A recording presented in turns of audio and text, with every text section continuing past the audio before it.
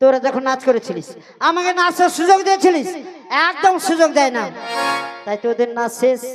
আমি আমার এক্সট্রা করে মিউজিকে নাচ করছি, কার আছে কি করার আছে দেখবো। ওই লাও ঢুল করে প্লে করো, বাকি থাকবে।